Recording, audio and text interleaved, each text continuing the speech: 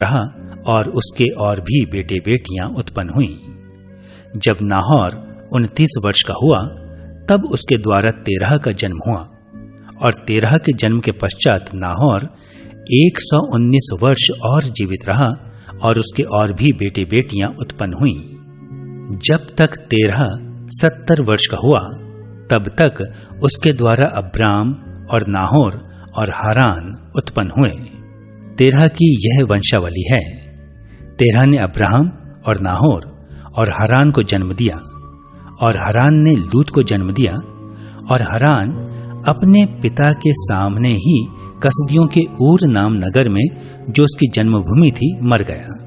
Abram और Nahor ने स्त्रियां ब्याह ली। अब्राम की पत्नी का नाम तो सारै और नाहोर की पत्नी का नाम मिल्का था। यह उस हारान की बेटी थी जो मिल्का और यिस्का दोनों का पिता था। सारै तो बांझ थी, उसके संतान न हुई। और तेरह अपना पुत्र अब्राम और अपना पोता लूत जो हारान का पुत्र था, और अपनी बहू सारै जो उसके पुत्र अब्राम की पत्नी थी, इन सभी को लेकर कसदियों के ऊर नगर से निकल कनान देश जाने को चला। पर हारान नाम देश में पहुंचकर वहीं रहने लगा। जब तेरह 205 वर्ष का हुआ तब वह हारान देश में मर गया।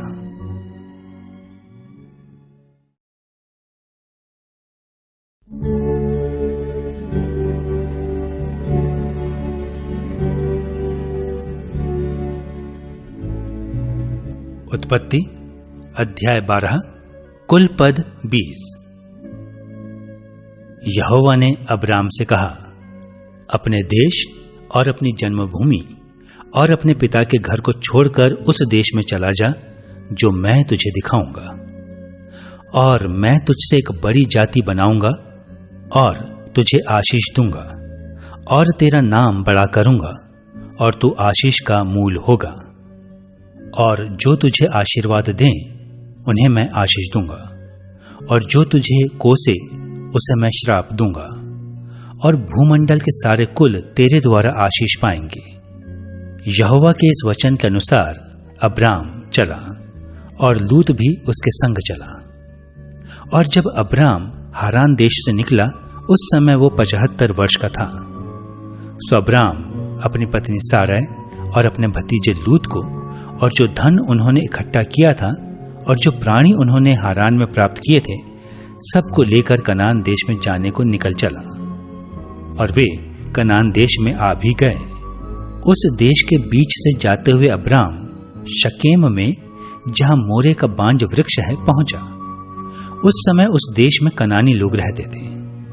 तब यहोवा ने अब्राम को दर्शन देकर कहा, ये देश मैं तेरे वंश को दूंगा।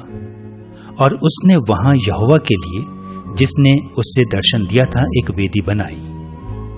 फिर वहां से कूच करके वो उस पहाड़ पर आया जो बेतेल के पूर्व की ओर है, और अपना तंबू उस स्थान में खड़ा किया जिसकी पश्चिम की ओर तो बेतेल और पूर्व की ओर ऐ है।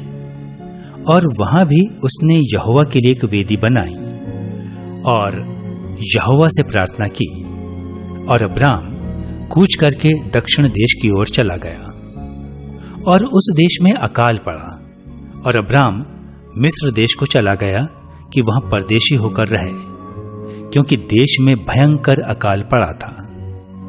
फिर ऐसा हुआ कि मिस्र के निकट पहुंचकर उसने अपनी पत्नी सारै से कहा, सुन, मुझे मालूम है कि तू एक सुंदर स्त्री है। इस कारण जब मिस्री तुझे देखेंगे तब कहेंगे ये उसकी पत्नी है, सो वे मुझको तो मार डालेंगे पर तुझको जीवित रख लेंगे। सो ये कहना कि मैं उसकी बहन हूं, जिससे तेरे कारण मेरा कल्याण हो और मेरा प्राण तेरे कारण बचे। फिर ऐसा हुआ कि जब अब्राम मिस्र में आया तब मिस्रियों ने उसकी पत्नी को देखा कि ये अति सुंदर है, और फिरौन के हाकिमों ने उसको देखकर फिरौन के सामने उसकी प्रशंसा की। सो वो स्त्री फिरौन के घर में रखी गई, और उसने उसके कारण अब्राम की भलाई की। सो उसको भेड़ बकरी, गाय बैल, दास दासियां, गधे गधियां और ऊंट मिले। तब यहोवा ने फिरौन और उसके घराने पर अब्राम की पत्नी सारै के कारण बड़ी बड़ी विपत्तियां डाली। सो फिरौन ने अब्राम को बुलवाकर कहा, तूने मुझसे क्या किया है? तूने मुझे क्यों नहीं बताया कि वो तेरी पत्नी है? तूने क्यों कहा कि वो तेरी बहन है? मैंने उसे अपनी ही पत्नी बनाने के लिए लिया, परंतु अब अपनी पत्नी को लेकर यहां से चला जा। और फिरौन ने अपने आदमियों को उसके विषय में आज्ञा दी और उन्होंने उसको और उसकी पत्नी को सब संपत्ति समेत जो उसका था विदा कर दिया।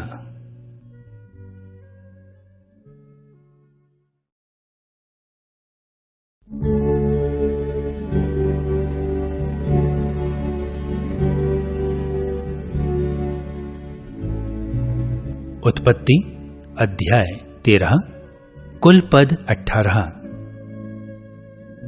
तब अब्राम अपनी पत्नी और अपनी सारी संपत्ति लेकर लूत को भी संग लिए हुए मिस्र को छोड़कर कनान देश के दक्षिण में आया। अब्राम भेड़ बकरी गाय बैल और सोने रुपए का बड़ा धनी था।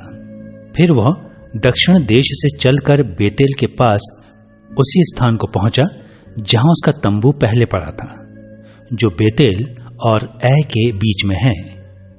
ये स्थान उस वेदी का है जिसे उसने पहले बनाई थी। और वहां अब्राम ने फिर यहोवा से प्रार्थना की। और लूत के पास भी, जो अब्राम के साथ चलता था, भेड़ बकरी गाय बैल और तंबू थे। सो उस देश में उन दोनों की समाई ना हो सकी कि वे इकट्ठे रहें, क्योंकि उनके पास बहुत धन था, इसलिए वे इकट्ठे न रह सके। सो अब्राम और लूत की भेड़ बकरी और गाय बैल के चरवाहों में झगड़ा हुआ। और उस समय कनानी और परिज्जी लोग उस देश में रहते थे। तब अब्राम लूत से कहने लगा, मेरे और तेरे बीच और मेरे और तेरे चरवाहों के बीच में झगड़ा ना होने पाए, क्योंकि हम लोग भाई बंधु हैं। क्या सारा देश तेरे सामने नहीं? सो मुझसे अलग हो। यदि तू बाईं ओर जाए तो मैं दाहिनी ओर जाऊंगा, और यदि तू दाहिनी ओर जाए तो मैं बाईं ओर जाऊंगा। तब लूत ने आंख उठाकर यरदन नदी के पास वाली सारी तराई को देखा कि वो सब सिंची हुई है। जब तक यहोवा ने सदोम और अमोरा को नाश ना किया था, तब तक सोअर के मार्ग तक वो तराई यहोवा की वाटिका और मिस्र देश के समान उपजाऊ थी। सो लूत अपने लिए यरदन की सारी तराई को चुन के पूर्व की ओर चला, और वे एक दूसरे से अलग हो गए। अब्राम तो कनान देश में रहा, पर लूत उस तराई के नगरों में रहने लगा और अपना तंबू सदोम के निकट खड़ा किया। सदोम के लोग यहोवा के लेखे में बड़े दुष्ट और पापी थे। जब लूत अब्राम से अलग हो गया, तब उसके पश्चात यहोवा ने अब्राम से कहा, आंख उठाकर जिस स्थान पर तू है, वहां से उत्तर दक्षिण पूर्व पश्चिम चारों ओर दृष्टि कर, क्योंकि जितनी भूमि तुझे दिखाई देती है, उस सब को मैं तुझे और तेरे वंश को युग युग के लिए दूंगा। और मैं तेरे वंश को पृथ्वी की धूल के किनकों के समान बहुत करूंगा, यहां तक कि जो कोई पृथ्वी की धूल के किनकों को गिन सकेगा, वही तेरा वंश भी गिन सकेगा। उठ, इस देश की लंबाई और चौड़ाई में चल फिर, क्योंकि मैं उसे तुझी को दूंगा। इसके पश्चात अब्राम अपना तंबू खाड़कर ममरे के बांजों के बीच जो हेब्रोन में थे जाकर रहने लगा, और वहां भी यहोवा की एक वेदी बनाई।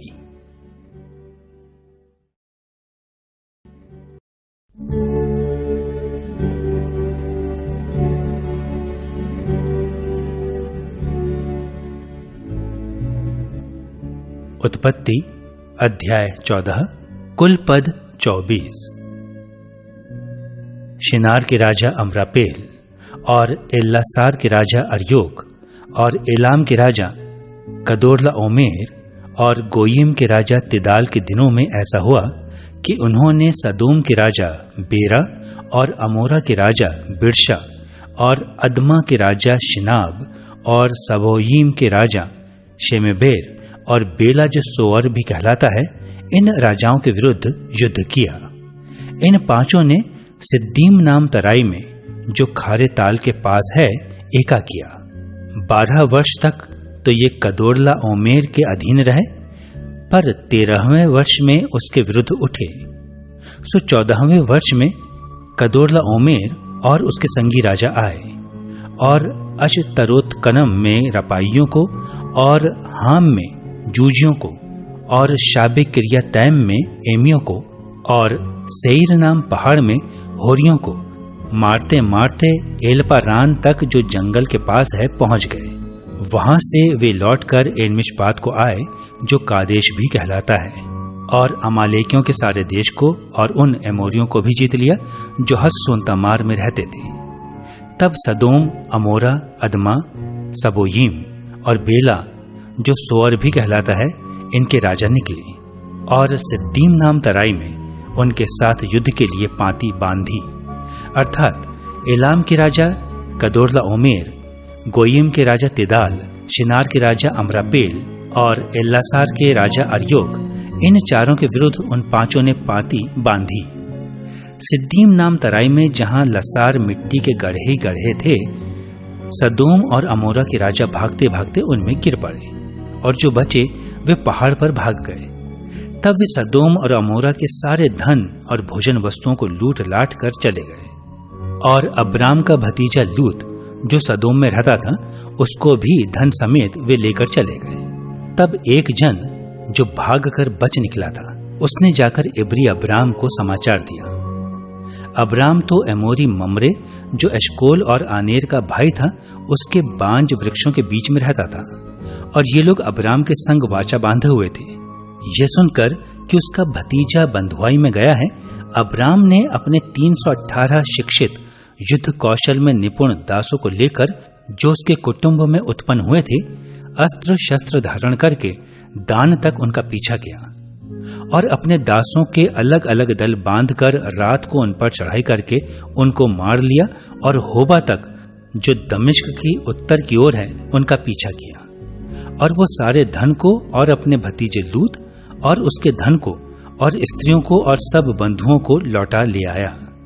जब वो कदोरला ओमेर और उसके साथी राजाओं को जीत कर लौटा आता था, तब सदोम का राजा शावे नाम तराई में जो राजा की भी कहलाती है उससे भेंट करने के लिए आया।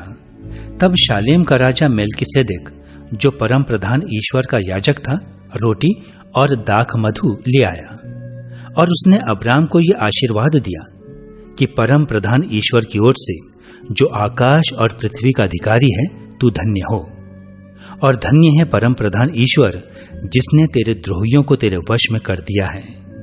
तब अब्राम ने उसको सबका दशमांश दिया। तब सदोम के राजा ने अब्राम से कहा, प्राणियों को तो तू मुझे दे और धन को अपने पास रख।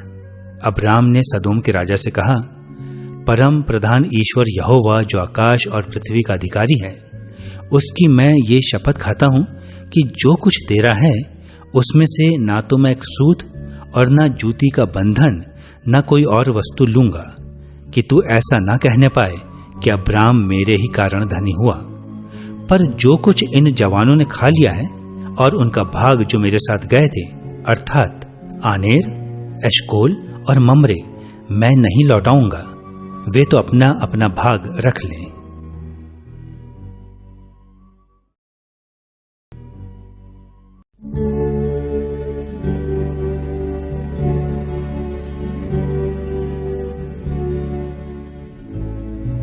उत्पत्ति अध्याय 15 कुल पद 21। इन बातों के पश्चात यहोवा का ये वचन दर्शन में अब्राम के पास पहुंचा, हे अब्राम, मत डर, तेरी ढाल और तेरा अत्यंत बड़ा फल मैं हूं। अब्राम ने कहा, हे प्रभु यहोवा, मैं तो निर्वंश हूं और मेरे घर का वारिस ये दमिश्की एलियाजर होगा, सो तू मुझे क्या देगा? और अब्राम ने कहा, मुझे तो तूने वंश नहीं दिया, और क्या देखता हूं कि मेरे घर में उत्पन्न हुआ एक जन मेरा वारिस होगा। तब यहोवा का ये वचन उसके पास पहुंचा कि ये तेरा वारिस ना होगा, तेरा जो निज पुत्र होगा वही तेरा वारिस होगा। और उसने उसको बाहर ले जाकर कहा, आकाश की ओर दृष्टि करके तारागण को गिन, क्या तू उनको गिन सकता है? फिर उसने उससे कहा, तेरा वंश ऐसा ही होगा। उसने यहोवा पर विश्वास किया और यहोवा ने इस बात को उसके लेखे में धर्म गिना। और उसने उससे कहा, मैं वही यहोवा हूं जो तुझे कसदियों के ऊर नगर से बाहर ले आया कि तुझको इस देश का अधिकार दूं। उसने कहा, हे प्रभु यहोवा, मैं कैसे जानूं कि मैं इसका अधिकारी हूंगा?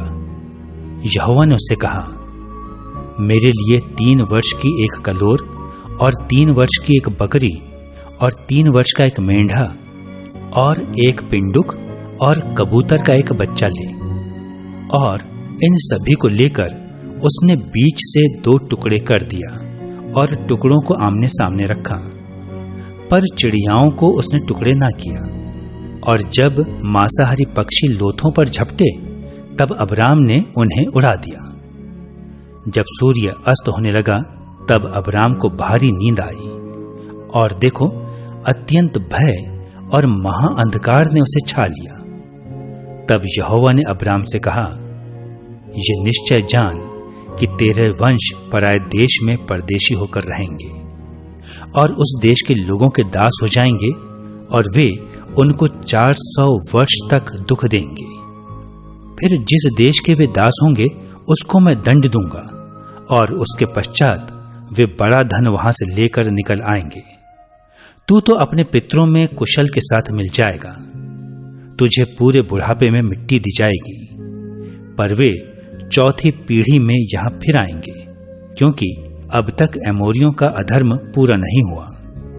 और ऐसा हुआ कि जब सूर्य अस्त हो गया और घोर अंधकार छा गया, तब एक अंगीठी जिसमें से धुआं उठता था और एक जलता हुआ पलीता देख पड़ा, जो उन टुकड़ों के बीच में से होकर निकल गया। उसी दिन यहोवा ने अब्राम के साथ ये वाचा बांधी कि मिस्र के महानद से लेकर परात नाम बड़े नद तक जितना देश है, अर्थात केनियों, कनिज्जियों, कदमोनियों, हित्तियों, परिज्जियों, रपाइयों, एमोरियों, कनानियों, गिरगाशियों और यबूसियों का देश मैंने तेरे वंश को दिया है।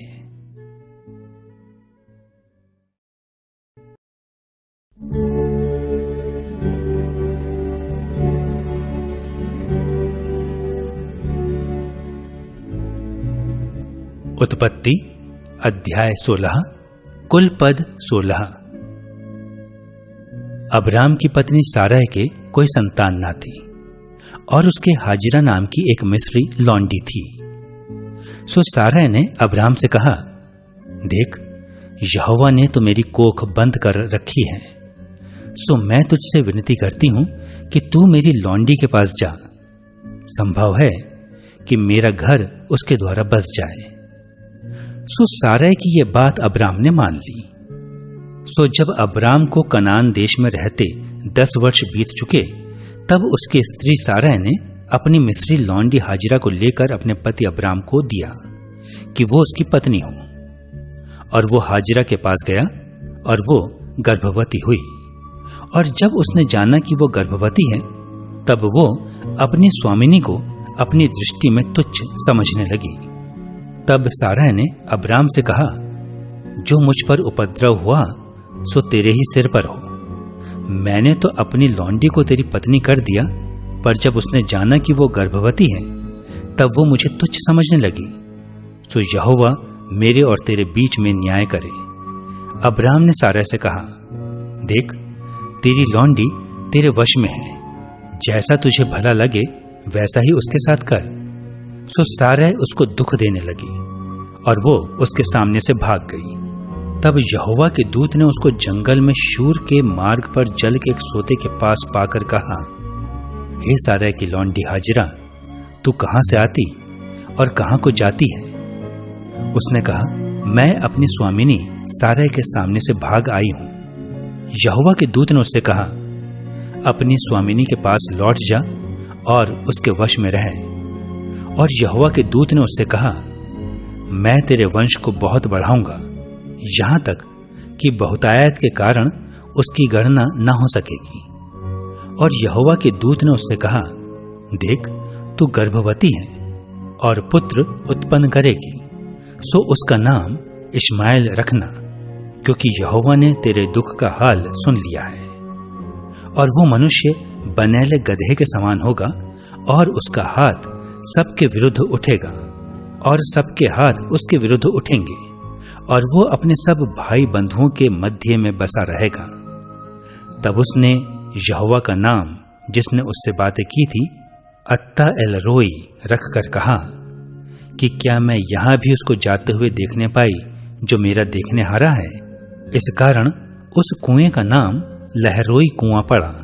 वो तो कादेश और बेरेद के बीच में है। सो हाजिरा ने अब्राम के द्वारा एक पुत्र को जन्म दिया, और अब्राम ने अपने पुत्र का नाम, जिसे हाजिरा ने जन्म दिया था, इश्माएल रखा। जब हाजिरा ने अब्राम के द्वारा इश्माएल को जन्म दिया, उस समय अब्राम 86 वर्ष का था।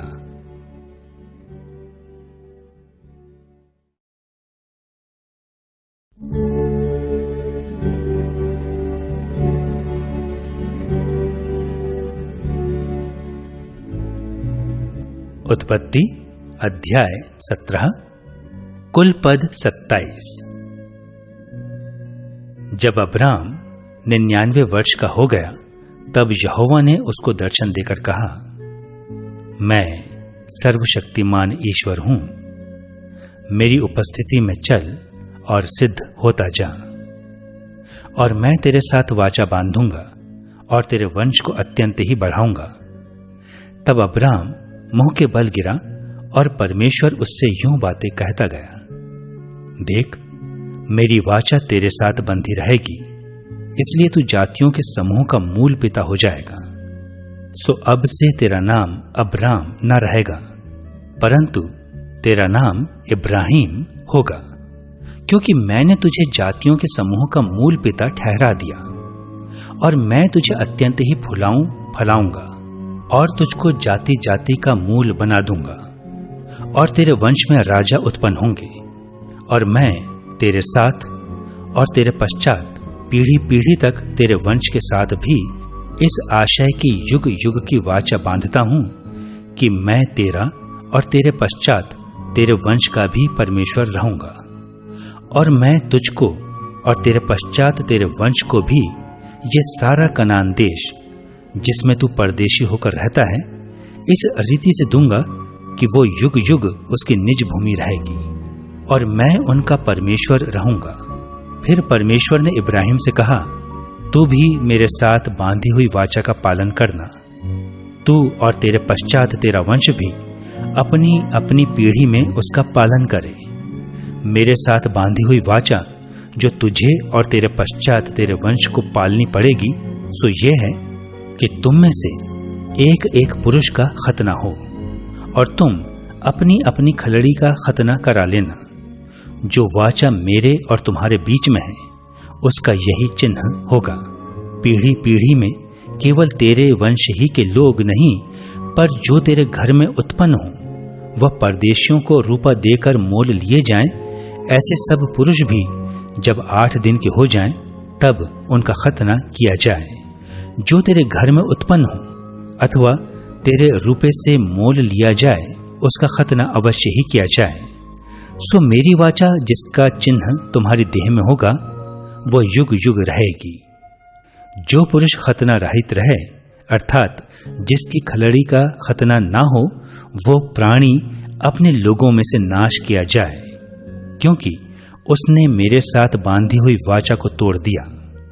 फिर परमेश्वर ने इब्राहिम से कहा, तेरी जो पत्नी सारै है, उसको तू अब सारै ना कहना, उसका नाम सारा होगा, और मैं उसको आशीष दूंगा, और तुझको उसके द्वारा एक पुत्र दूंगा, और मैं उसको ऐसी आशीष दूंगा कि वो जाति जाति की मूल माता हो जाएगी, और उसके वंश में राज्य राज्य के राजा उत्पन्न होंगे। तब इब्राहिम मुंह के बल गिर पड़ा और हंसा, और अपने मन ही मन कहने लगा, क्या 100 वर्ष के पुरुष के भी संतान होगी? और क्या सारा जो 90 वर्ष की है पुत्र को उत्पन्न करेगी? और इब्राहिम ने परमेश्वर से कहा, इश्माएल तेरी दृष्टि में बना रहे, यही बहुत है। तब परमेश्वर ने कहा, निश्चय तेरी पत्नी सारा के तुझसे एक पुत्र उत्पन्न होगा और तू उसका नाम इसहाक रखना, और मैं उसके साथ ऐसी वाचा बांधूंगा जो उसके पश्चात उसके वंश के लिए युग युग की वाचा होगी। और इश्माएल के विषय में भी मैंने तेरी सुनी है। मैं उसको भी आशीष दूंगा और उसे फलाऊंगा और अत्यंत ही बढ़ा दूंगा। उससे 12 प्रधान उत्पन्न होंगे और मैं उससे एक बड़ी जाति बनाऊंगा। परंतु मैं अपनी वाचा इसहाक ही के साथ बांधूंगा जो सारा से अगले वर्ष के इसी नियुक्त समय में उत्पन्न होगा। तब परमेश्वर ने इब्राहिम से बातें करनी बंद की और उसके पास से ऊपर चढ़ गया। तब इब्राहिम ने अपने पुत्र इश्माएल को और उसके घर में जितने उत्पन्न हुए थे और जितने उसके रुपये से मोल लिए गए थे, निदान उसके घर में जितने पुरुष थे, उन सभी को लेके उसी दिन परमेश्वर के वचन के अनुसार उनकी खलड़ी का खतना किया। जब इब्राहिम की खलड़ी का खतना हुआ तब वो 99 वर्ष का था, और जब उसके पुत्र इश्माएल की खलड़ी का खतना हुआ तब वो 13 वर्ष का था। इब्राहिम और उसके पुत्र इश्माएल दोनों का खतना एक ही दिन हुआ। और उसके घर में जितने पुरुष थे जो घर में उत्पन्न हुए तथा जो परदेशियों के हाथ से मोल लिए गए थे, सबका खतना उसके साथ ही हुआ।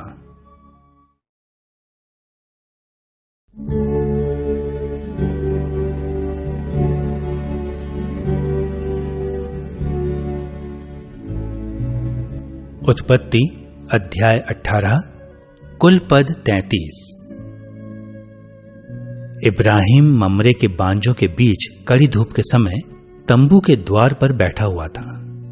तब यहोवा ने उसे दर्शन दिया और उसने आंख उठाकर दृष्टि की तो क्या देखा कि 3 पुरुष उसके सामने खड़े हैं। जब उसने उन्हें देखा तब वह उनसे भेंट करने के लिए तंबू के द्वार से दौड़ा और भूमि पर गिरकर दंडवत की और कहने लगा, हे प्रभु, यदि मुझ पर तेरे अनुग्रह की दृष्टि है तो मैं विनती करता हूं कि अपने दास के पास से चले ना जाना। मैं थोड़ा सा जल लाता हूं और आप अपने पांव धोकर इस वृक्ष के तले विश्राम करें। फिर मैं एक टुकड़ा रोटी ले आऊं और उससे आप अपने अपने जीव को तृप्त करें। तब उसके पश्चात आगे बढ़ें, क्योंकि आप अपने दास के पास इसीलिए पधारे हैं। उन्होंने कहा, जैसा तू कहता है वैसा ही कर। सो इब्राहिम ने तंबू में सारा के पास फुर्ती से जाकर कहा, 3 साह मैदा फुर्ती से गूंद और फुलके बना। फिर इब्राहिम गाय बैल के झुंड में दौड़ा और एक कोमल और अच्छा बछड़ा लेकर अपने सेवक को दिया और उसने फुर्ती से उसको पकाया। तब उसने मक्खन और दूध और वो बछड़ा जो उसने पकवाया था लेकर उनके आगे परोस दिया, और आप वृक्ष के तले उनके पास खड़ा रहा और वे खाने लगे। उन्होंने उससे पूछा, तेरी पत्नी सारा कहाँ है? उसने कहा, वो तो तंबू में है। उसने कहा, मैं वसंत ऋतु में निश्चय तेरे पास फिर आऊंगा और तब तेरी पत्नी सारा के एक पुत्र उत्पन्न होगा। और सारा तंबू के द्वार पर जो इब्राहिम के पीछे था सुन रही थी। इब्राहिम और सारा दोनों बहुत बूढ़े थे और सारा का स्त्री धर्म बंद हो गया था। सो सारा मन में हंसकर कहने लगी, मैं तो बूढ़ी हूं और मेरा पति भी बूढ़ा है, तो क्या मुझे ये सुख होगा? तब यहोवा ने इब्राहिम से कहा, सारा ये कहकर क्यों हंसी कि क्या मेरे जो ऐसी बुढ़िया हो गई हूं सचमुच एक पुत्र उत्पन्न होगा? क्या यहोवा के लिए कोई काम कठिन है? नियत समय में अर्थात वसंत ऋतु में मैं तेरे पास फिर आऊंगा और सारा के पुत्र उत्पन्न होगा। तब सारा डर के मारे ये कहकर मुकर गई कि मैं नहीं हंसी। उसने कहा, नहीं, तू हंसी तो थी। फिर वे पुरुष वहां से चलकर सदोम की ओर ताकने लगे और इब्राहिम उन्हें विदा करने के लिए उनके संग संग चला। तब यहोवा ने कहा, यह जो मैं करता हूं सो क्या इब्राहिम से छिपा रखूं? इब्राहिम से तो निश्चय एक बड़ी और सामर्थी जाति उपजेगी और पृथ्वी की सारी जातियां उसके द्वारा आशीष पाएंगी, क्योंकि मैं जानता हूं कि वो अपने पुत्रों और परिवार को जो उसके पीछे रह जाएंगे आज्ञा देगा कि वे यहोवा के मार्ग में अटल बने रहें और धर्म और न्याय करते रहें, इसलिए कि जो कुछ यहोवा ने इब्राहिम के विषय में कहा है उसे पूरा करें। फिर यहोवा ने कहा, सदोम और अमोरा की चिल्लाहट बढ़ गई है और उनका पाप बहुत भारी हो गया है, इसलिए मैं उतर कर देखूंगा कि उसकी जैसी चिल्लाहट मेरे कान तक पहुंची है, उन्होंने ठीक वैसा ही काम किया है कि नहीं, और ना किया हो तो मैं उसे जान लूंगा। सो वे पुरुष वहां से मुड़ के सदोम की ओर जाने लगे, पर इब्राहिम यहोवा के आगे खड़ा रह गया। तब इब्राहिम उसके समीप जाकर कहने लगा, क्या तू सचमुच दुष्ट के संग धर्मी को भी नाश करेगा? कदाचित उस नगर में 50 धर्मी हो, तो क्या तू सचमुच उस स्थान को नाश करेगा और उन 50 धर्मियों के कारण जो उसमें हो ना छोड़ेगा? इस प्रकार का काम करना तुझसे दूर रहे कि दुष्ट के संग धर्मी को भी मार डाले और धर्मी और दुष्ट दोनों की एक ही दशा हो, यह तुझसे दूर रहे। क्या सारी पृथ्वी का न्यायी न्याय न करे? यहोवा ने कहा, यदि मुझे सदोम में 50 धर्मी मिले तो उनके कारण उस सारे स्थान को छोड़ दूंगा। फिर इब्राहिम ने कहा, हे प्रभु सुन, मैं तो मिट्टी और राख हूं, तो भी मैंने इतनी ढिठाई की कि तुझसे बातें करूं। कदाचित उन 50 धर्मियों में 5 घट जाएं, तो क्या तू 5 ही के घटने के कारण उस सारे नगर का नाश करेगा? उसने कहा, यदि मुझे उसमें 45 भी मिले तो भी उसका नाश न करूंगा। फिर उसने उससे यह भी कहा, कदाचित वहां 40 मिले। उसने कहा, तो मैं 40 के कारण भी ऐसा न करूंगा। फिर उसने कहा, हे प्रभु क्रोध न कर, तो मैं कुछ और कहूं, कदाचित वहां 30 मिले। उसने कहा, यदि मुझे वहां 30 भी मिले तो भी ऐसा न करूंगा। फिर उसने कहा, हे प्रभु सुन, मैंने इतनी ढिठाई तो की है कि तुझसे बातें करूं, कदाचित उसमें 20 मिले। उसने कहा, मैं 20 के कारण भी उसका नाश न करूंगा। फिर उसने कहा, हे प्रभु क्रोध न कर, मैं एक ही बार और कहूंगा, कदाचित उसमें 10 मिले। उसने कहा, तो मैं 10 के कारण भी उसका नाश न करूंगा। जब यहोवा इब्राहिम से बातें कर चुका तब चला गया और इब्राहिम अपने घर को लौट गया।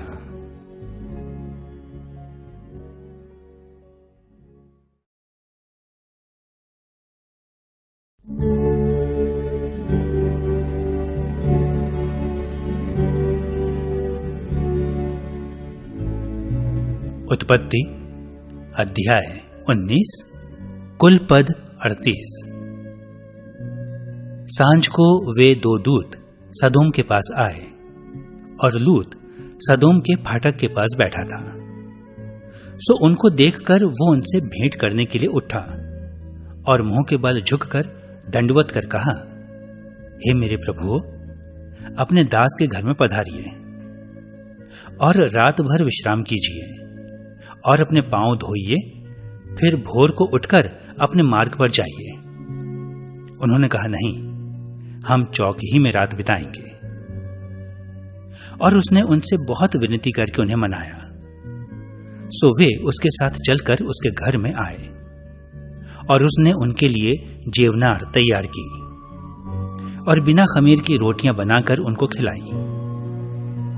उनके सो जाने से पहले उस सदोम नगर के पुरुषों ने, जवानों से लेकर बूढ़ों तक, वरन चारों ओर के सब लोगों ने आकर उस घर को घेर लिया और लूत को पुकार कर कहने लगे कि जो पुरुष आज रात को तेरे पास आए हैं वे कहाँ हैं? उनको हमारे पास बाहर ले आ कि हम उनसे भोग करें। तब लूत उनके पास द्वार के बाहर गया और किवाड़ को अपने पीछे बंद करके कहा, हे मेरे भाइयों, ऐसी बुराई ना करो। सुनो, मेरी 2 बेटियां हैं जिन्होंने अब तक पुरुष का मुंह नहीं देखा। इच्छा हो तो मैं उन्हें तुम्हारे पास बाहर ले आऊं और तुमको जैसा अच्छा लगे वैसा व्यवहार उनसे करो, पर इन पुरुषों से कुछ ना करो, क्योंकि ये मेरी छत के तले आए हैं। उन्होंने कहा, हट जा।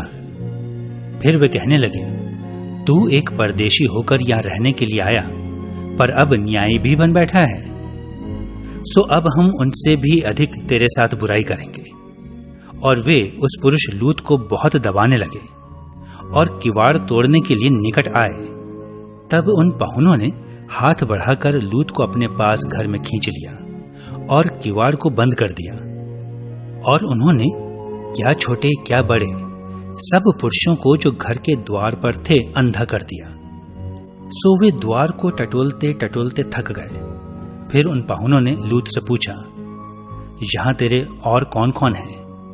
दामाद, बेटे बेटियां व नगर में तेरा जो कोई हो, उन सभी को लेकर इस स्थान से निकल जा, क्योंकि हम ये स्थान नाश करने पर हैं, इसलिए कि इसकी चिल्लाहट यहोवा के सम्मुख बढ़ गई है और यहोवा ने हमें इसका सत्यानाश करने के लिए भेज दिया है। तब लूत ने निकलकर अपने दामादों को, जिनके साथ उसकी बेटियों की सगाई हो गई थी, समझा के कहा, उठो, इस स्थान से निकल चलो, क्योंकि यहोवा इस नगर को नाश किया चाहता है।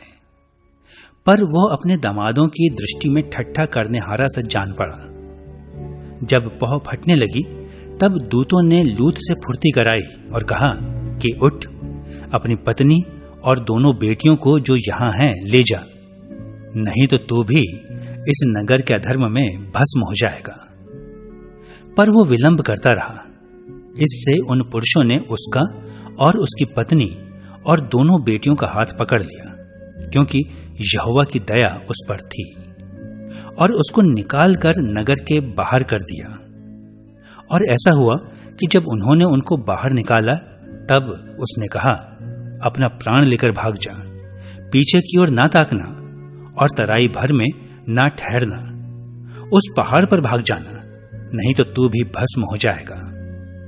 लूत ने उनसे कहा, हे प्रभु, ऐसा ना कर। देख, तेरे दास पर तेरी अनुग्रह की दृष्टि हुई है और तूने इसमें बड़ी कृपा दिखाई कि मेरे प्राण को बचाया है, पर मैं पहाड़ पर भाग नहीं सकता, कहीं ऐसा ना हो कि कोई विपत्ति मुझ पर आ पड़े और मैं मर जाऊं। देख, वो नगर ऐसा निकट है कि मैं वहां भाग सकता हूं, और वो छोटा भी है, मुझे वहीं भाग जाने दे। क्या वो छोटा नहीं है और मेरा प्राण बच जाएगा?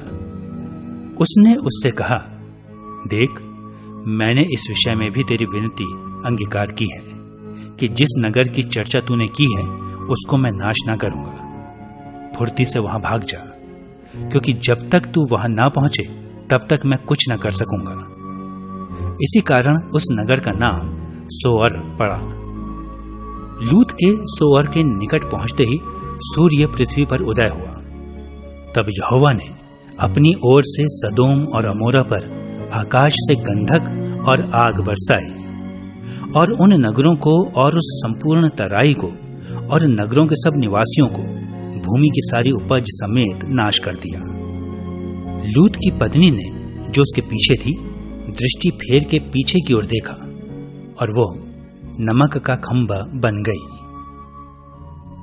भोर को इब्राहिम उठकर उस स्थान को गया जहां वो यहोवा के सम्मुख खड़ा था, और सदोम और अमोरा और उस तराई के सारे देश की ओर आंख उठाकर क्या देखा कि उस देश में से धधकती हुई भट्टी का सा धुआं उठ रहा है।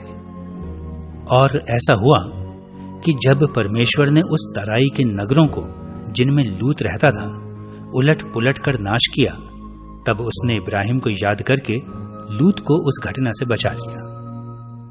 और लूत ने सोअर को छोड़ दिया और पहाड़ पर अपनी दोनों बेटियों समेत रहने लगा, क्योंकि वह सोअर में रहने से डरता था। इसलिए वो और उसकी दोनों बेटियां वहां एक गुफा में रहने लगे। तब बड़ी बेटी ने छोटी से कहा, हमारा पिता बूढ़ा है और पृथ्वी भर में कोई ऐसा पुरुष नहीं जो संसार की रीति के अनुसार हमारे पास आए।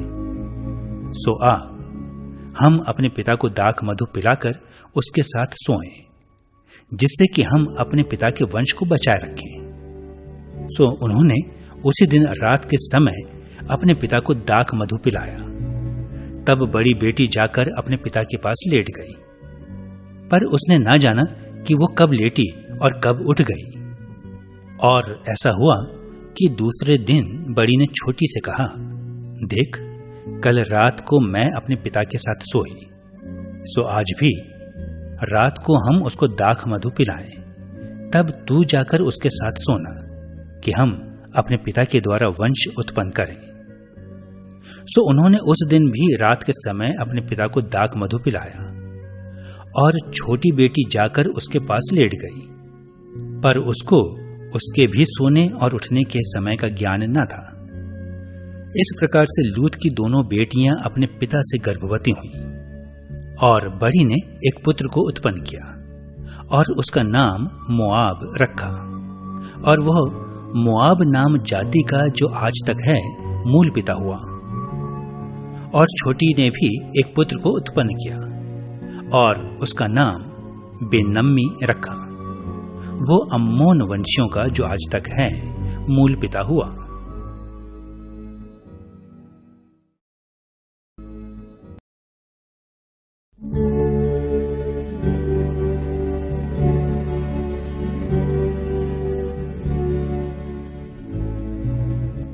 उत्पत्ति अध्याय 20 कुल पद 18। फिर इब्राहिम वहां से कूच कर दक्षिण देश में आकर कादेश और शूर के बीच में ठहरा और गरार में रहने लगा। और इब्राहिम अपनी पत्नी सारा के विषय में कहने लगा कि वो मेरी बहन है। सो गरार के राजा अबीमेलेक ने दूत भेजकर सारा को बुलवा लिया। रात को परमेश्वर ने स्वप्न में अबीमेलेक के पास आकर कहा, सुन, जिस स्त्री को तूने रख लिया है उसके कारण तू मर जाएगा, क्योंकि वो सुहागिन है। परंतु अबीमेलेक तो उसके पास न गया था। सो उसने कहा, हे प्रभु, क्या तू निर्दोष जाति का भी घात करेगा? क्या उसी ने स्वयं मुझसे नहीं कहा कि वो मेरी बहन है? और उस स्त्री ने भी आप कहा कि वो मेरा भाई है। मैंने तो अपनी मन की खराई और अपने व्यवहार की सच्चाई से ये काम किया। परमेश्वर ने उससे स्वप्न में कहा, हाँ, मैं भी जानता हूं कि अपने मन की खराई से तूने यह काम किया है, और मैंने तुझे भी रोक रखा कि तू मेरे विरुद्ध पाप न करे। इसी कारण मैंने तुझको उसे छूने नहीं दिया। सो अब उस पुरुष की पत्नी को उसे फेर दे, क्योंकि वो नबी है और तेरे लिए प्रार्थना करेगा और तू जीता रहेगा। पर यदि तू उसको ना फेर दे तो जान रख कि तू और तेरे जितने लोग हैं सब निश्चय मर जाएंगे। बिहान को अबीमेलेक ने तड़के उठकर अपने सब कर्मचारियों को बुलवाकर ये सब बातें सुनाई, और वे लोग बहुत डर गए। तब अबीमेलेक ने इब्राहिम को बुलवाकर कहा, तूने हमसे ये क्या किया है? और मैंने तेरा क्या बिगाड़ा था कि तूने मेरे और मेरे राज्य के ऊपर ऐसा बड़ा पाप डाल दिया है? तूने मुझसे वो काम किया है जो उचित ना था। फिर अबीमेलेक ने इब्राहिम से पूछा, तूने क्या समझकर ऐसा काम किया? इब्राहिम ने कहा, मैंने यह सोचा था कि इस स्थान में परमेश्वर का कुछ भी भय ना होगा, सो ये लोग मेरी पत्नी के कारण मेरा घात करेंगे। और फिर भी सचमुच वो मेरी बहन है। वो मेरे पिता की बेटी तो है, पर मेरी माता की बेटी नहीं। फिर वो मेरी पत्नी हो गई। और ऐसा हुआ कि जब परमेश्वर ने मुझे अपने पिता का घर छोड़कर निकलने की आज्ञा दी, तब मैंने उससे कहा, इतनी कृपा तुझे मुझ पर करनी होगी कि हम दोनों जहां जहां जाएं, वहां वहां तू मेरे विषय में कहना कि यह मेरा भाई है। तब अबीमेलेक ने भेड़ बकरी, गाय बैल और दास दासियां लेकर इब्राहिम को दी, और उसकी पत्नी सारा को भी उसे फेर दिया। और अबीमेलेक ने कहा, देख, मेरा देश तेरे सामने है, जहां तुझे भाए वहां रहे। और सारा से उसने कहा, देख, मैंने तेरे भाई को रुपए के 1000 कटुड़े दिए हैं। देख, तेरे सारे संगियों के सामने वही तेरी आंखों का पर्दा बनेगा और सभी के सामने तू ठीक होगी। तब इब्राहिम ने यहोवा से प्रार्थना की और यहोवा ने अबीमेलेक और उसकी पत्नी और दासियों को चंगा किया और वे बच्चे उत्पन्न करने लगी, क्योंकि यहोवा ने इब्राहिम की पत्नी सारा के कारण अबीमेलेक के घर की सब स्त्रियों की कोखों को पूरी रीति से बंद कर दिया था।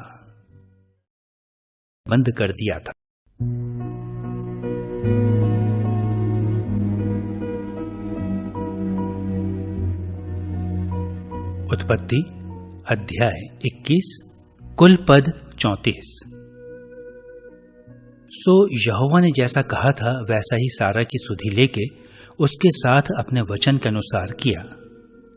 सो सारा को इब्राहिम से गर्भवती होकर उसके बुढ़ापे में उसी नियुक्त समय पर जो परमेश्वर ने उससे ठहराया था एक पुत्र उत्पन्न हुआ। और इब्राहिम ने अपने उस पुत्र का नाम जो सारा से उत्पन्न हुआ था इसहाक रखा। और जब उसका पुत्र इसहाक 8 दिन का हुआ तब उसने परमेश्वर की आज्ञा के अनुसार उसका खतना किया। और जब इब्राहिम का पुत्र इसहाक उत्पन्न हुआ तब वो 100 वर्ष का था। और सारा ने कहा, परमेश्वर ने मुझे प्रफुल्लित कर दिया है, इसलिए सब सुनने वाले भी मेरे साथ प्रफुल्लित होंगे। फिर उसने यह भी कहा कि क्या कोई कभी इब्राहिम से कह सकता था कि सारा लड़कों को दूध पिलाएगी? पर देखो, मुझसे उसके बुढ़ापे में एक पुत्र उत्पन्न हुआ और वो लड़का बढ़ा और उसका दूध छुड़ाया गया। और इसहाक के दूध छुड़ाने के दिन इब्राहिम ने बड़ी जेवनार की। तब सारा को मिस्री हाजिरा का पुत्र जो इब्राहिम से उत्पन्न हुआ था हंसी करता हुआ देख पड़ा। सो इस कारण उसने इब्राहिम से कहा, इस दासी को पुत्र सहित बरबस निकाल दे, क्योंकि इस दासी का पुत्र मेरे पुत्र इसहाक के साथ भागी ना होगा। ये बात इब्राहिम को अपने पुत्र के कारण बहुत बुरी लगी।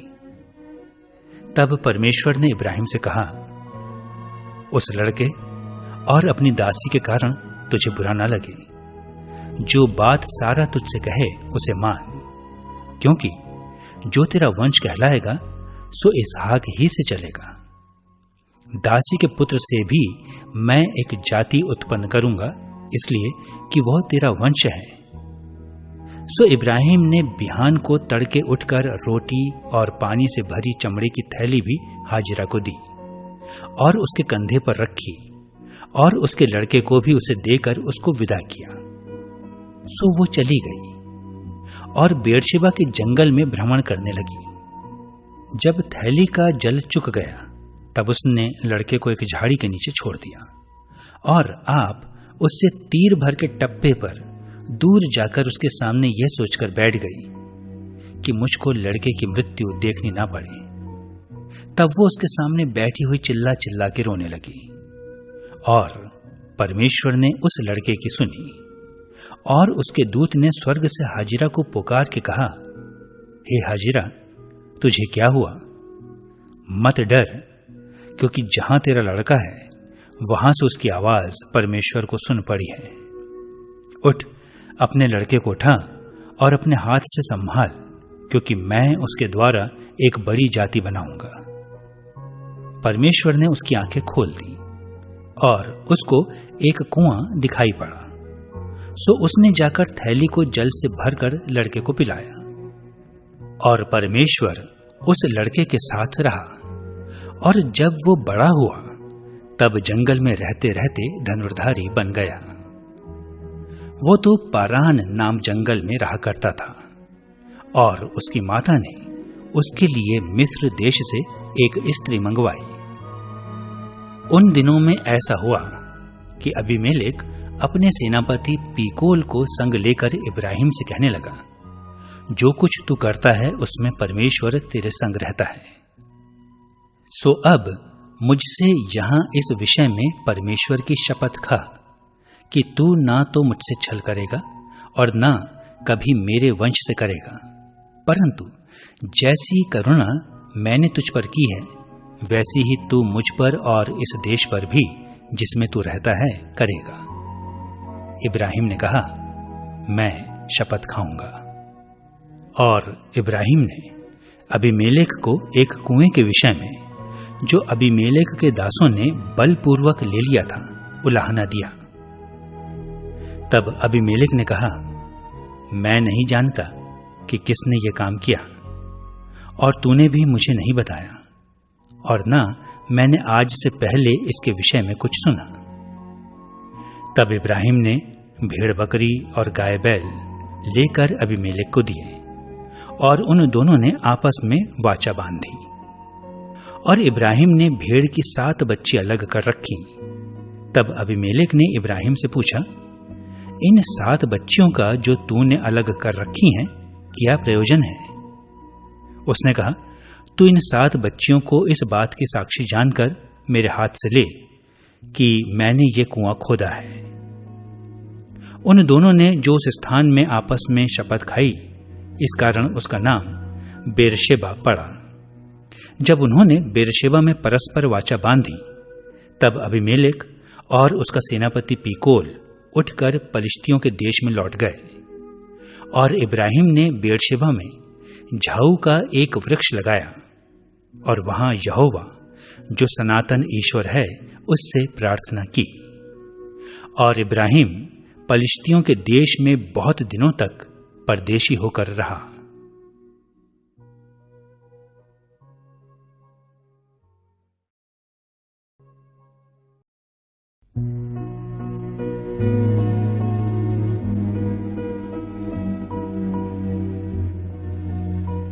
उत्पत्ति अध्याय 22 कुल पद 24। इन बातों के पश्चात ऐसा हुआ कि परमेश्वर ने इब्राहिम से ये कहकर उसकी परीक्षा की कि हे इब्राहिम। उसने कहा, देख मैं यहां हूं।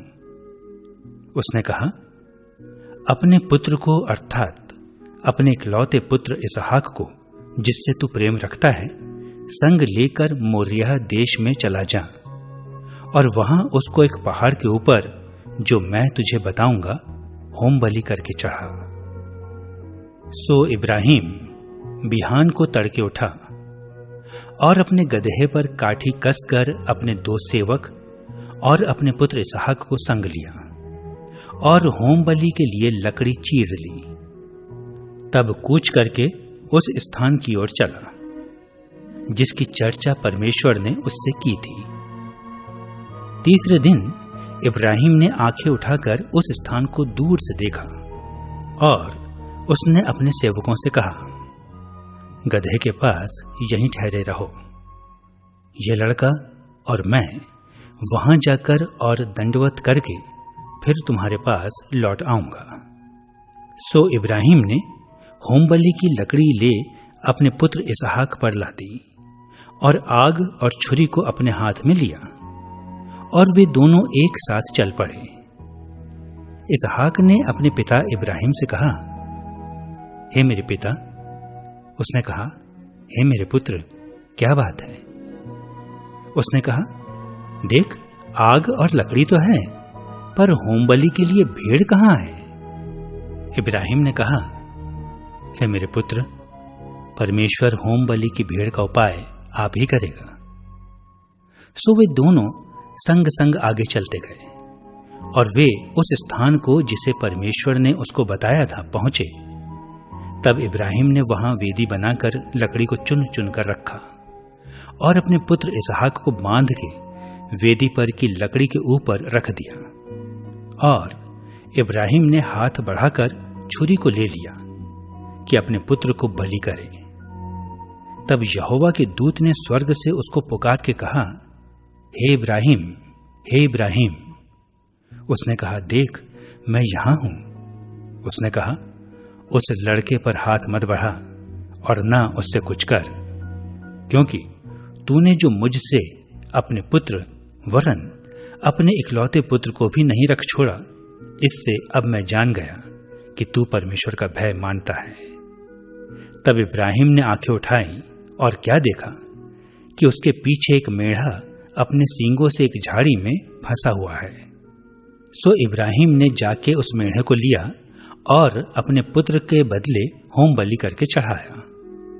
और इब्राहिम ने उस स्थान का नाम यहोवा यीरे रखा। इसके अनुसार आज तक भी ये कहा जाता है कि यहोवा के पहाड़ पर उपाय किया जाएगा।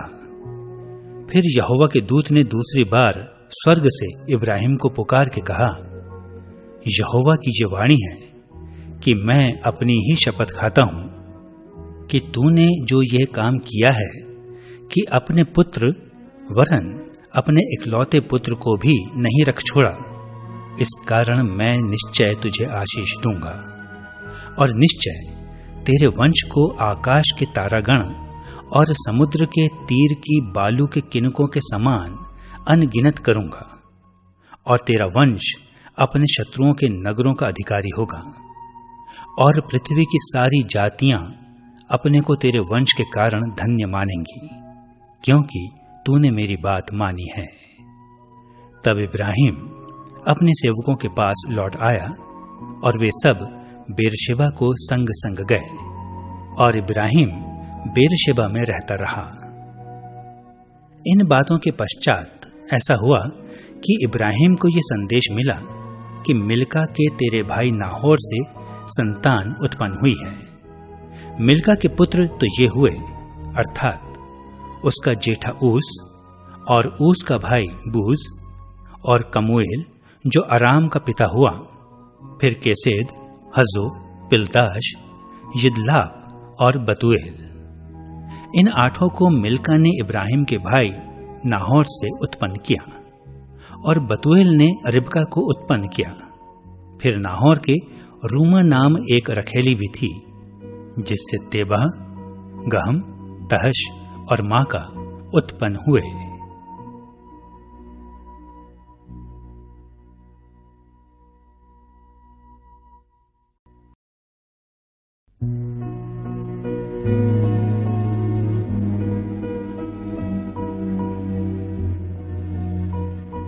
उत्पत्ति अध्याय 23 कुल पद 20। सारा तो 127 बरस की अवस्था को पहुंची और जब सारा की इतनी अवस्था हुई तब वो किर्य तरबा में मर गई। यह तो कनान देश में है और हेब्रोन भी कहलाता है। सो इब्राहिम सारा के लिए रोने पीटने को वहां गया। तब इब्राहिम अपने मुर्दे के पास से उठकर हित्तियों से कहने लगा, मैं तुम्हारे बीच पाहुन और परदेशी हूं। मुझे अपने मध्य में कब्रिस्तान के लिए ऐसी भूमि दो जो मेरी निज की हो जाए कि मैं अपने मुर्दे को गाड़ के अपनी आंख की ओट करूं। हित्तियों ने इब्राहिम से कहा, हे हमारे प्रभु, हमारी सुन, तू तो हमारे बीच में बड़ा प्रधान है। सो हमारी कब्रों में से जिसको तू चाहे उसमें अपने मुर्दे को गाड़। हम में से कोई तुझे अपनी कब्र के लेने से ना रोकेगा कि तू अपने मुर्दे को उसमें गाड़ने ना पाए। तब इब्राहिम उठकर खड़ा हुआ और हित्तियों के सम्मुख जो उस देश के निवासी थे दंडवत करके कहने लगा, यदि तुम्हारी यह इच्छा हो कि मैं अपने मुर्दे को गाड़ के अपनी आंख की ओट करूं, तो मेरी प्रार्थना है कि सोहर के पुत्र एप्रोन से मेरे लिए विनती करो कि वो अपनी मकपेला वाली गुफा जो उसकी भूमि की सीमा पर है उसका पूरा दाम लेकर मुझे दे दे, कि वो तुम्हारे बीच कब्रिस्तान के लिए मेरी निज भूमि हो जाए। और एप्रोन तो हित्तियों के बीच वहां बैठा हुआ था। सो जितने हित्ती उसके नगर के फाटक से होकर भीतर जाते थे, उन सभी के सामने उसने इब्राहिम को उत्तर दिया कि हे मेरे प्रभु, ऐसा नहीं, मेरी सुन, वो भूमि मैं तुझे देता हूं और उसमें जो गुफा है वो भी मैं तुझे देता हूं। अपने जाति भाइयों के सम्मुख मैं उसे तुझको दिए देता हूं। सो अपने मुर्दे को कब्र में रख। तब इब्राहिम ने उस देश के निवासियों के सामने दंडवत की और उनके सुनते हुए एप्रोन से कहा, यदि तू ऐसा चाहे तो मेरी सुन, उस भूमि का जो दाम हो वो मैं देना चाहता हूं। उसे मुझसे ले ले, तब मैं अपने मुर्दे को वहां गाड़ूंगा। एप्रोन ने इब्राहिम को यह उत्तर दिया कि हे मेरे प्रभु, मेरी बात सुन, उस भूमि का दाम तो 400 शेकेल रूपा है, पर मेरे और तेरे बीच में यह क्या है? अपने मुर्दे को कब्र में रख। इब्राहिम ने एप्रोन की मानकर उसको उतना रूपा तौल दिया जितना उसने हित्तियों के सुनते हुए कहा था, अर्थात 400 ऐसे शेकेल जो व्यापारियों में चलते थे। सो एप्रोन की भूमि जो ममरे के सम्मुख की मकपेला में थी, वो गुफा समेत और उन सब वृक्षों समेत भी जो उसमें और उसके चारों ओर सीमा पर थे, जितने हित्ती उसके नगर के फाटक से होकर भीतर जाते थे, उन सभी के सामने इब्राहिम के अधिकार में पक्की रीति से आ गई। इसके पश्चात इब्राहिम ने अपनी पत्नी सारा को उस मकपेला वाली भूमि की गुफा में जो ममरे के अर्थात हेब्रोन के सामने कनान देश में है, मिट्टी दी, और वो भूमि गुफा समेत जो उसमें थी हित्तियों की ओर से कब्रिस्तान के लिए इब्राहिम के अधिकार में पक्की रीति से आ गई।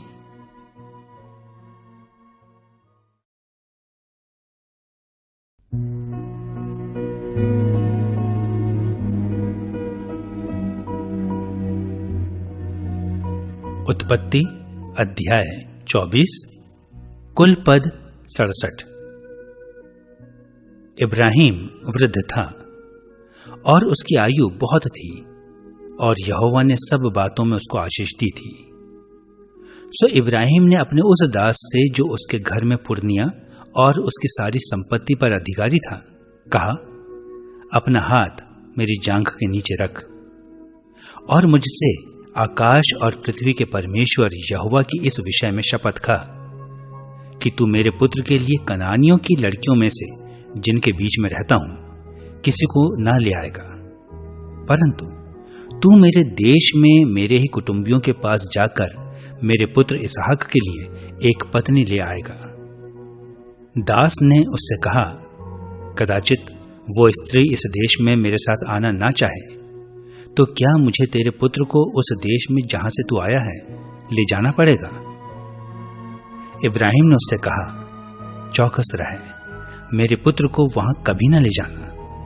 स्वर्ग का परमेश्वर यहोवा, जिसने मुझे मेरे पिता के घर से और मेरी जन्मभूमि से ले आकर मुझसे शपथ खाकर कहा कि मैं ये देश तेरे वंश को दूंगा, वही अपना दूत तेरे आगे आगे भेजेगा कि तू मेरे पुत्र के लिए वहां से एक स्त्री ले आए, और यदि वो स्त्री तेरे साथ आना ना चाहे तब तो तू मेरी इस शपथ से छूट जाएगा, पर मेरे पुत्र को वहां ना ले जाना।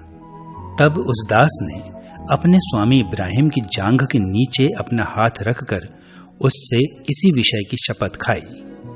तब वह दास अपने स्वामी के ऊंटों में से 10 ऊंट छांटकर उसके सब उत्तम उत्तम पदार्थों में से कुछ कुछ लेकर चला और मेसोपोटामिया में नाहोर के नगर के पास पहुंचा, और उसने ऊंटों को नगर के बाहर एक कुएं के पास बैठाया।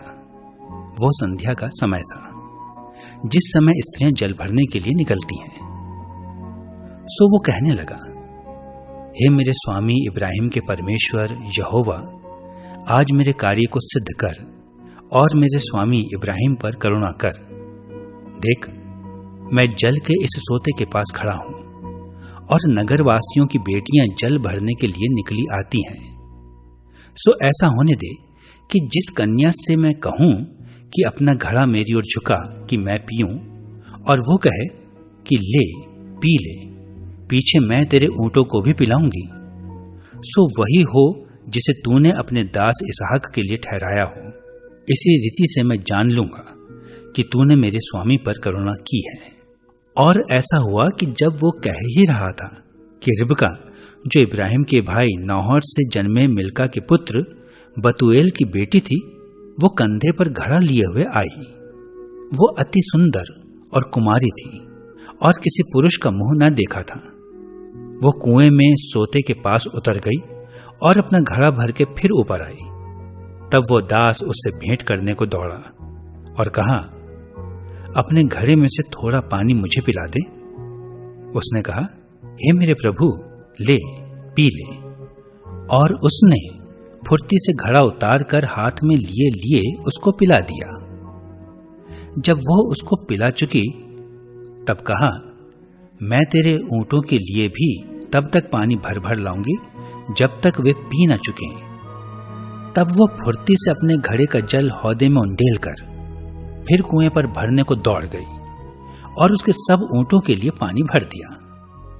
और वो पुरुष उसकी ओर चुपचाप अचंभे के साथ ताकता हुआ ये सोचता था कि यहोवा ने मेरी यात्रा को सफल किया है कि नहीं। जब ऊंट पी चुके तब उस पुरुष ने 8 तोले सोने का एक नथ निकालकर उसको दिया और 10 तोले सोने के कंगन उसके हाथों में पहना दिए और पूछा, तू किसकी बेटी है? यह मुझको बता दे। क्या तेरे पिता के घर में हमारे टिकने के लिए स्थान है? उसने उत्तर दिया, मैं तो नाहोर से जन्मे मिल्का के पुत्र बतूएल की बेटी हूं। फिर उसने उससे कहा, हमारे वहां पुआल और चारा बहुत है और टिकने के लिए स्थान भी है। तब उस पुरुष ने सिर झुकाकर यहोवा को दंडवत करके कहा, धन्य है मेरे स्वामी इब्राहिम का परमेश्वर यहोवा कि उसने अपनी करुणा और सच्चाई को मेरे स्वामी पर से हटा नहीं लिया। यहोवा ने मुझको ठीक मार्ग पर चलाकर मेरे स्वामी के भाई बंधुओं के घर पर पहुंचा दिया है। और उस कन्या ने दौड़कर अपनी माता के घर में यह सारा वृत्तांत कह सुनाया। तब लाबान जो रिबका का भाई था सो बाहर कुएं के निकट उस पुरुष के पास दौड़ा गया। और ऐसा हुआ कि जब उसने वो नथ और अपनी बहन रिबका के हाथों में वे कंगन भी देखे और उसकी ये बात भी सुनी कि उस पुरुष ने मुझसे ऐसी बातें कही, तब वो उस पुरुष के पास गया और क्या देखा कि वो सोते के निकट ऊंटों के पास खड़ा है। उसने कहा, हे यहोवा की ओर से धन्य पुरुष, भीतर आ। तू क्यों बाहर खड़ा है? मैंने घर को और ऊंटों के लिए भी स्थान तैयार किया है।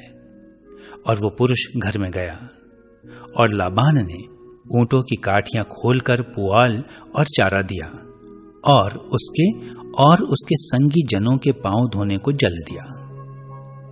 तब इब्राहिम के दास के आगे जलपान के लिए कुछ रखा गया, पर उसने कहा, मैं जब तक अपना प्रयोजन ना कह दूं तब तक कुछ न खाऊंगा। लाबान ने कहा, कह दे। तब उसने कहा, मैं तो इब्राहिम का दास हूं और यहोवा ने मेरे स्वामी को बड़ी आशीष दी है। सो वो महान पुरुष हो गया है और उसने उसको भेड़ बकरी गाय बैल सोना रूपा दास दासियां ऊंट और गधे दिए हैं। और मेरे स्वामी की पत्नी सारा के बुढ़ापे में उससे एक पुत्र उत्पन्न हुआ है और उस पुत्र को इब्राहिम ने अपना सब कुछ दे दिया है।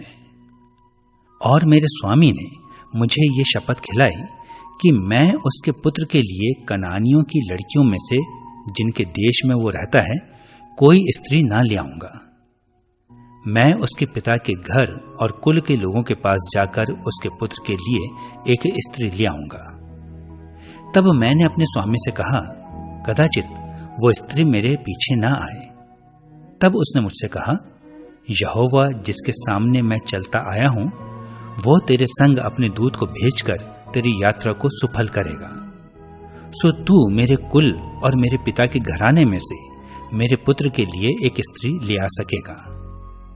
तू तभी मेरी इस शपथ से छूटेगा जब तू मेरे कुल के लोगों के पास पहुंचेगा, अर्थात यदि वे मुझे कोई स्त्री ना दें तो तू मेरी शपथ से छूटेगा। सो मैं आज उस कुएं के निकट आकर कहने लगा, हे मेरे स्वामी इब्राहिम के परमेश्वर यहोवा, यदि तू मेरी इस यात्रा को सफल करता है तो देख, मैं जल के इस कुएं के निकट खड़ा हूं। सो ऐसा हो कि जो कुमारी जल भरने के लिए निकल आए और मैं उससे कहूं, अपने घड़े में से मुझे थोड़ा पानी पिला, और वो मुझसे कहे पी ले, और मैं तेरे ऊंटों के पीने के लिए भी पानी भर दूंगी, वो वही स्त्री हो जिसको तूने मेरे स्वामी के पुत्र के लिए ठहराया हो। मैं मन ही मन ये कह ही रहा था कि देख, रिबका कंधे पर घड़ा लिए हुए निकल आई। फिर वह सोते के पास उतर के भरने लगी और मैंने उससे कहा, मुझे पिला दे। और उसने फुर्ती से अपने घड़े को कंधे पर से उतार के कहा, ले पी ले, पीछे मैं तेरे ऊंटों को भी पिलाऊंगी। सो मैंने पी लिया और उसने ऊंटों को भी पिला दिया। तब मैंने उससे पूछा कि तू किसकी बेटी है? और उसने कहा, मैं तो नाहोर से जन्मे मिल्का के पुत्र बतूएल की बेटी हूं। तब मैंने उसकी नाक में वो नथ और उसके हाथों में वे कंगन पहना दिए। फिर मैंने सर झुकाकर यहोवा को दंडवत किया और अपने स्वामी इब्राहिम के परमेश्वर यहोवा को धन्य कहा, क्योंकि उसने मुझे ठीक मार्ग से पहुंचाया कि मैं अपने स्वामी के पुत्र के लिए उसकी भतीजी को ले आऊं। सो अब यदि तुम मेरे स्वामी के साथ कृपा और सच्चाई का व्यवहार करना चाहते हो तो मुझसे कहो, और यदि नहीं चाहते हो तो भी मुझसे कह दो, ताकि मैं दाहिनी ओर व बाईं ओर फिर जाऊं। तब लाबान और बतूएल ने उत्तर दिया, ये बात यहोवा की ओर से हुई है, सो हम लोग तुझसे ना तो भला कह सकते हैं न बुरा। देख, रिबका तेरे सामने है, उसको ले जा, और वो यहोवा के वचन के अनुसार तेरे स्वामी के पुत्र की पत्नी हो जाए।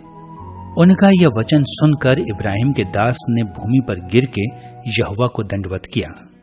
फिर उस दास ने सोने और रुपए के गहने और वस्त्र निकालकर रिबका को दिए, और उसके भाई और माता को भी उसने अनमोल अनमोल वस्तुएं दी।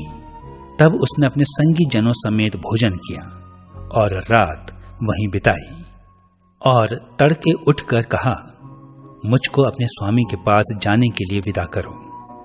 रिबका के भाई और माता ने कहा, कन्या को हमारे पास कुछ दिन अर्थात कम से कम 10 दिन रहने दे, फिर उसके पश्चात वो चली जाएगी। उसने उनसे कहा, यहोवा ने जो मेरी यात्रा को सफल किया है, सो तुम मुझे मत रोको, अब मुझे विदा कर दो कि मैं अपने स्वामी के पास जाऊं। उन्होंने कहा, हम कन्या को बुलाकर पूछते हैं और देखेंगे कि वो क्या कहती है। सो उन्होंने रिबका को बुलाकर उससे पूछा, क्या तू इस मनुष्य के संग जाएगी? उसने कहा, हाँ, मैं जाऊंगी। तब उन्होंने अपनी बहन रिबका और उसकी धाय और इब्राहिम के दास और उसके साथी सभी को विदा किया, और उन्होंने रिबका को आशीर्वाद देके कहा, हे हमारी बहन, तू हजारों लाखों की आदि माता हो, और तेरा वंश अपने बैरियों के नगरों का अधिकारी हो। इस पर रिबका अपनी सहेलियों समेत चली और ऊंट पर चढ़कर उस पुरुष के पीछे हो ली। सो वो दास रिबका को साथ लेकर चल दिया। इसहाक जो दक्षिण देश में रहता था, सो लहरोई नाम कुएं से होकर चला आता था, और सांझ के समय वो मैदान में ध्यान करने के लिए निकला था। और उसने आंखें उठाकर क्या देखा कि ऊंट चले आ रहे हैं, और रिबका ने भी आंख उठाकर इसहाक को देखा, और देखते ही ऊंट पर से उतर पड़ी। तब उसने दास से पूछा, जो पुरुष मैदान पर से हमसे मिलने को चला आता है, सो कौन है? दास ने कहा, वो तो मेरा स्वामी है। तब रिबका ने घूंघट लेकर अपने मुंह को ढांप लिया, और दास ने इसहाक से अपना सारा वृत्तांत वर्णन किया। तब इसहाक रिबका को अपनी माता सारा के तंबू में ले आया और उसको ब्याह कर उससे प्रेम किया, और इसहाक को माता की मृत्यु के पश्चात शांति हुई।